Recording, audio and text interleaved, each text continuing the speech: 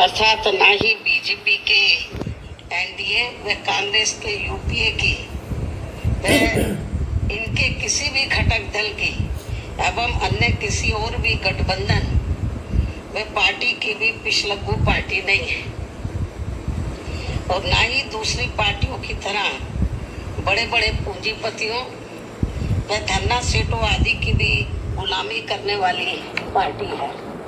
बल्कि स्पष्ट तौर पर देश के खासकर गरीबों, मजदूरों, बेरोजगारों, दलितों, आदिवासियों, अकलियतों एवं अन्य उपेक्षित वर्गों आदि के हितों में स्वतंत्र एवं निडर होकर फैसले लेने वाली पार्टी है। वह उस पर पूरी ईमानदारी व दमदारी से अमल भी करती है और यदि कोई भी विरोधी पार्टी व उसकी सरकार इन वर्गों के हितों में उचित फैसला लेती है तो उसका हमारी पार्टी बिना किसी हिचक, दबाव व डर के पूरे तौर से खुलकर उसका फैसला लेती है, उसका समर्थन भी करती है, चाहे उसका हमें कितना भी भारी नुकसान क्यों ना उठाना पड़े, और उठाया भी है। कहने का तात्पर्य यह है कि अन्य पार्टियों की तरह हमारी पार्टी की कथनी व करनी में कभी भी कोई अंतर नहीं होता है। साथ ही हमारी पार्टी का संकल्प औरों की जुमलेबाजी से अलग हटकर तथा सर्वजन हिताय व सर्वजन सुखाय के आधार पर चलकर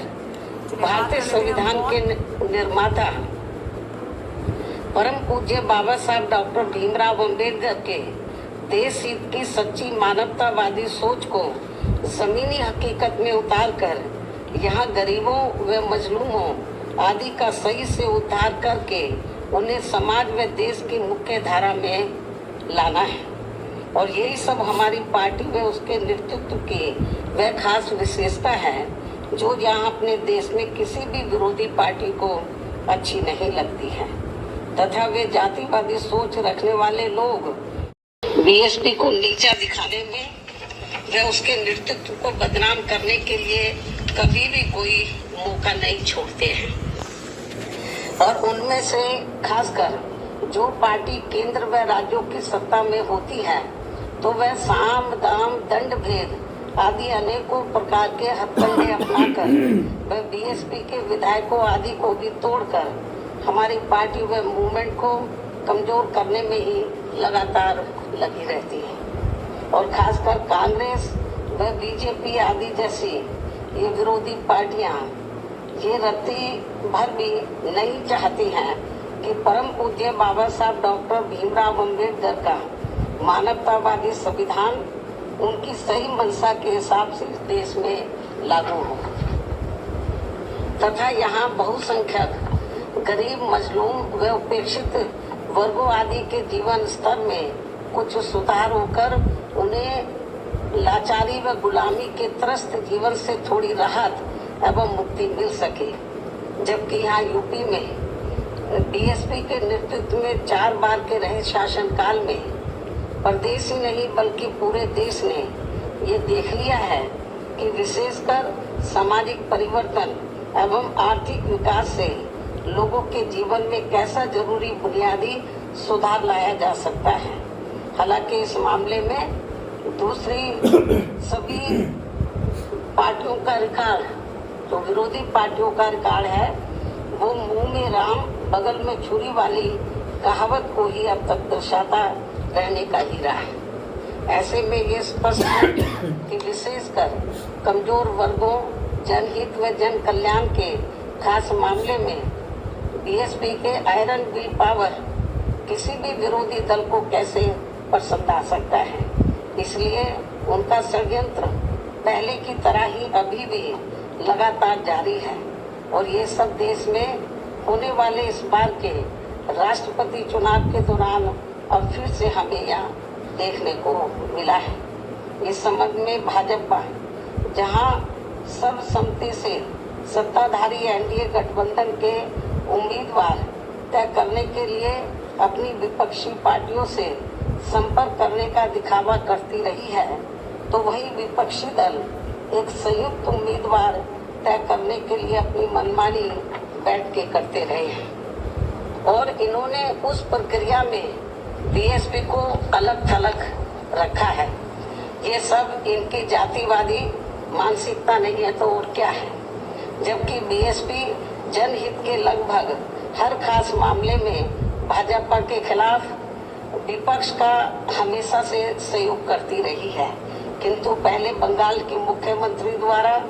दिनांक 15 जून को विपक्षी पार्टियों की बैठक में एक तरफा व मनमाने तौर पर केवल चुनिंदा पार्टियों को ही बुलाना और फिर उसके बाद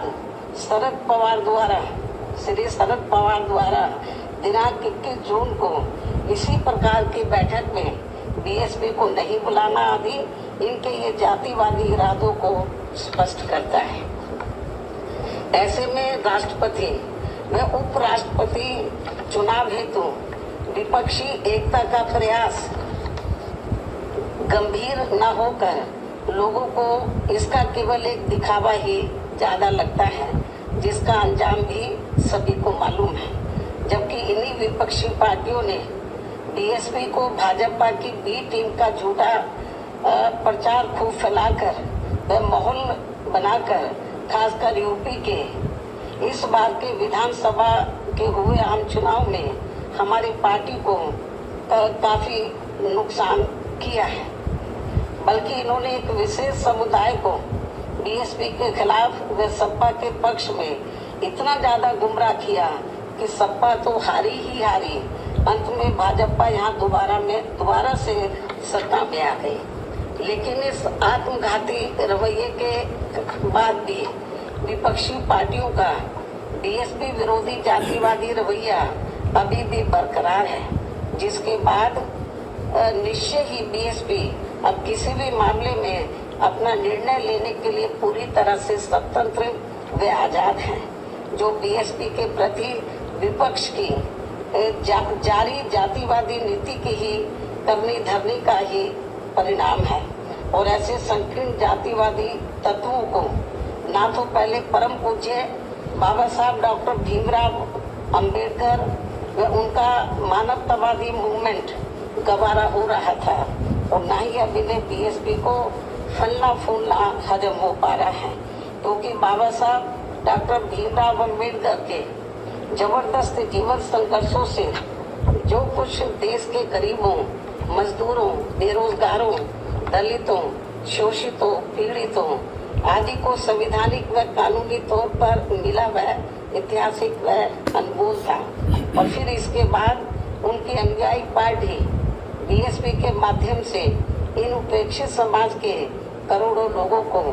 उनके जो संवैधानिक व कानूनी अधिकार जमीनी स्तर पर खासकर यूपी में मिल पाया है, वे बेमिसाल है, जो इन सभी बीएसपी विरोधी पार्टियों को कैसे हजम होने वाला है। इसलिए अलग अलग पार्टी होते हुए भी बीएसपी के विरोध के मामले में भी ये सभी पार्टियां अंदर अंदर एक हो जाती हैं और हमें नुकसान पहुंचाती हैं। लेकिन बीएसपी ये सब कड़वा सच जानकर व समझकर यहाँ गरीबों, शोषितों व उपेक्षित वर्गों आदि के हित में परम पूज्य बाबा साहब डॉक्टर भीमराव अंबेडकर की तरह ही पत्थर काट कर अपना रास्ता खुद बनाने के लिए लगातार संघर्ष करती रहती है और इन वर्गों का हित एवं आत्मसम्मान व स्वाभिमान बीएसपी के लिए सर्वोपरि है, जिसके लिए हमारी पार्टी कभी भी किसी से कोई समझौता कतई नहीं करती है तथा वर्तमान समय में इसी कड़ी में राष्ट्रपति चुनाव में अपना फैसला खुद लेने के लिए स्वतंत्र है, आजाद है, जिसके तहत ही हमारी पार्टी ने आदिवासी समाज को अपनी मूवमेंट का खास हिस्सा मानते हुए द्रौपदी मुर्मू को राष्ट्रपति पद के लिए अपना समर्थन देने का फैसला लिया है। और हमने ये अति महत्वपूर्ण फैसला बीजेपी व इनके एनडीए के पक्ष में नहीं और न ही इनके विपक्ष यूपीए के विरोध में कोई सोच कर लिया है, बल्कि अपनी पार्टी व मूवमेंट को विशेष ध्यान में रखकर ही एक आदिवासी समाज के योग्य व कर्मठ महिला को देश का राष्ट्रपति बनाने के लिए ये खास फैसला लिया है। हालांकि वह कितना फ्रीली होकर वह बिना किसी दबाव के कार्य कर पाएगी, ये तो आगे चलकर समय ही बताएगा। अंत में अब मैं अपने आदिवासी समाज की महिला को देश का राष्ट्रपति बनाने के लिए अपनी पार्टी का वोट देने का ऐलान करते हुए अपनी बात यही समाप्त करती हूँ। धन्यवाद।